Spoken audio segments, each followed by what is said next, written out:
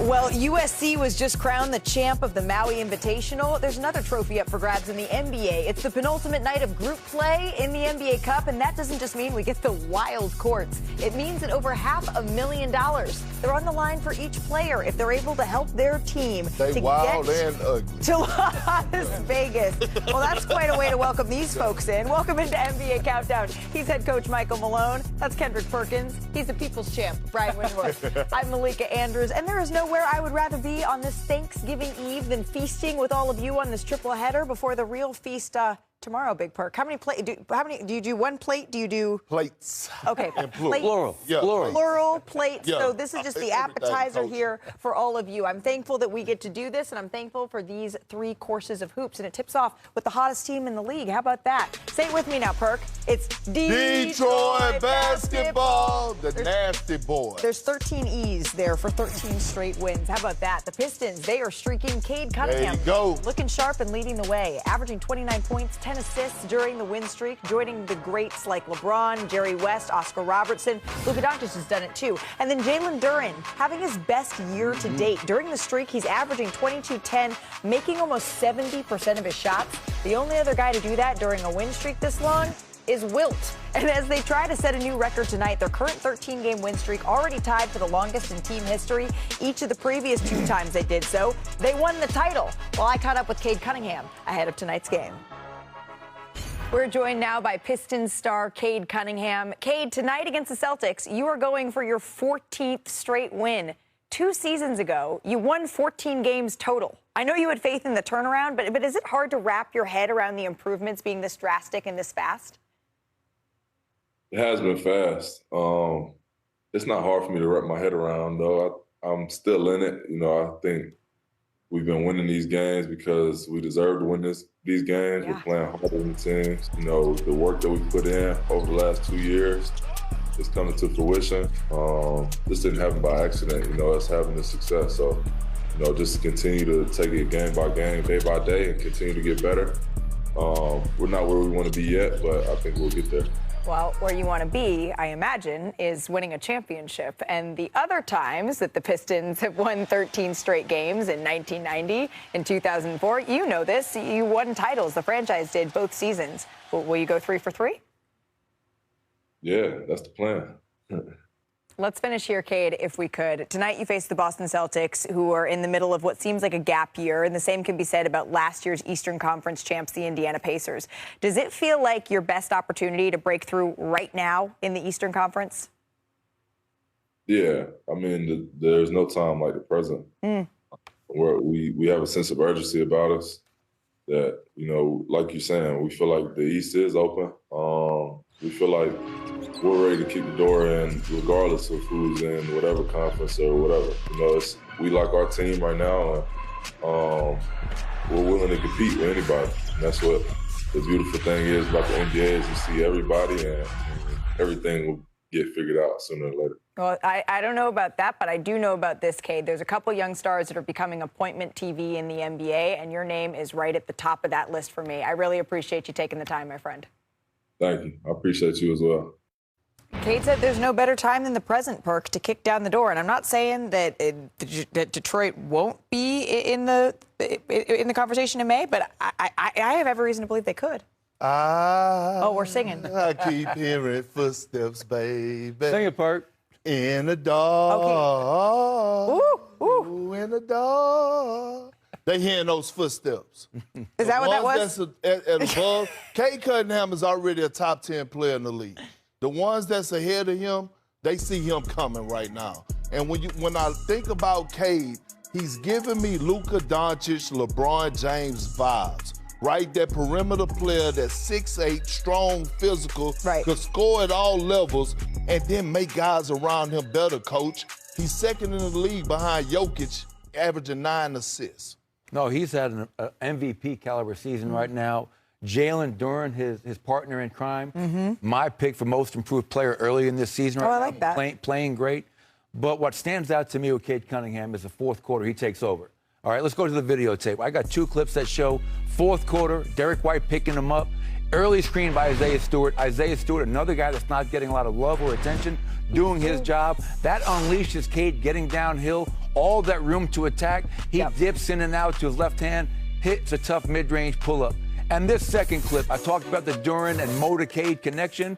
This is going to be fourth quarter, late in the game against Dallas.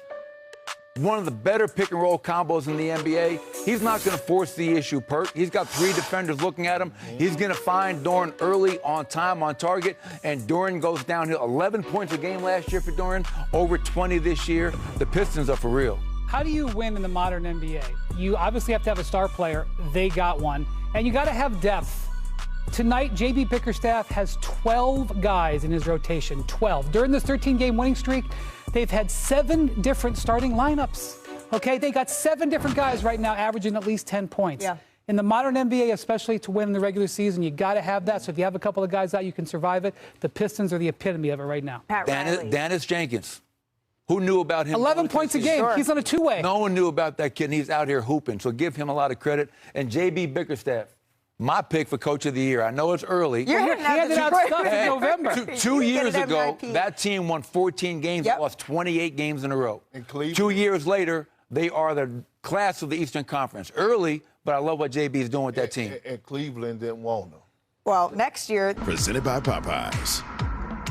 Well, it's fitting that it's just about Thanksgiving because the defending champs, they are hungry for more. OKC has dominated everyone in their path so far this season, starting out 17-1, outscoring opponents by nearly 17 points a game. That's the best mark through 18 games of a season by a team in NBA history. But the question is, how historic can this squad truly be, right? So let's check out today's Threads poll. We asked if the Thunder can break the Warriors' all-time mark, that's 73 games, and you all answered, hey, NBA Threads fam, and said 71% said no. Okay, well, before I ask the panel what they think, I do want to know why they're in position to here, Coach, and it starts on the defensive end. It starts and ends there, Malik. Okay. We thought they were good defensively last year. Yeah. This year, they're even better. And you can see right here, they're first in efficiency, points per game allowed, all these different numbers. Yep. They dominate with their defense, and they get a lot of offense off of their defense. So instead of showing you these numbers, let's dive in and show you why with the video clip. All right, headsets going on. All right, everybody, we've talked enough about why the OKC Thunder have the #1 defense in the league. Let's show you why. And I'm coming to you guys from up top, bird's eye perspective, standing on a spot I've never been in my life, on top of the backboard. Look at Alex Caruso guarding Şengün, something they often do in their defensive matchups. He's not afraid to guard anybody. And the Rockets know that they're going to try to post him up in the middle of the paint. And you have great ball pressure by Aaron Wiggins. But as this pass is made, I want you to freeze it right here. They do not leave anybody on an island. Caruso fronting, Holmgren coming in, Hartenstein coming in to make that a really tough paint catch. Get and run this now. The ball is going to get deflected out. And on this catch by Thompson, freeze it right here. And now take me back down to the floor where I'm used to being. Why is Alex Caruso such a really good defender? Well, look at this. As the screen is being set, he never gets screened. He gets into the ball, fights over the screen, allowing him to keep his matchup. Most importantly, as Şengün tries to drive, you have 5 blue jerseys shrinking the floor, collapsing on the ball, and forcing a turnover, igniting their break in transition. Why is OKC the #1 defense? They protect the paint, they lead the league in steals, and they score 25 points a night off of those forced turnovers. And they've been doing it, as what has Shea said, everything I do in my life is consistent. They've been the model of consistency to start the season, Coach. And that got us thinking, of course, about the 2016 Warriors who won those 73 games. Because this OKC team, it measures up pretty favorably through 18 games to them. And remember, this is before they added Kevin Durant. So, Perk, when you're looking at the biggest reason why we're already talking about them eclipsing that record, it is what to you? Well, you know Thanksgiving my favorite holiday. Mine too, actually, for different reasons. You can tell, but all of y'all are invited to my house. You know who's not invited? SGA.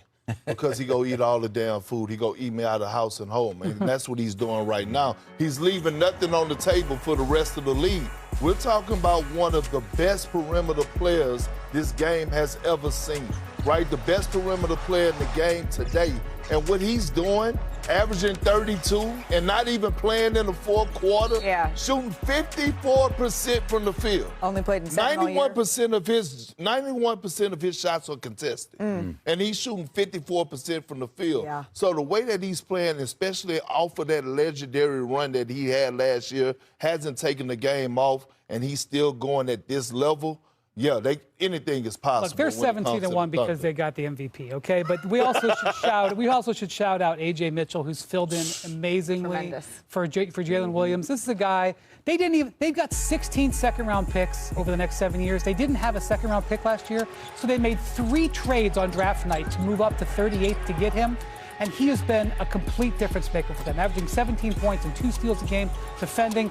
They have a chance at 70 wins because of their depth. Guys like A.J. Mitchell being able to fill in.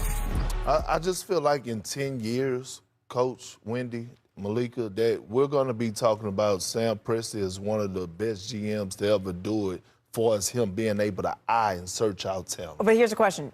Raise your hand. Do you think they're going to do it? Do you think they're going to go for it? They're going to break 70? They played 100 regular season games. No one's raised it. Raise your hand. I think they're going to get 70. I don't know about 74. 74 is insane. 70 can be done. I believe that, and I also believe that at some point, like the Golden State Warriors, you stop going for it in the regular season. But hey, before that, the Boston Celtics here, they need to win tonight in order to stay alive here in the NBA Cup. Can they get it done and stop the streak?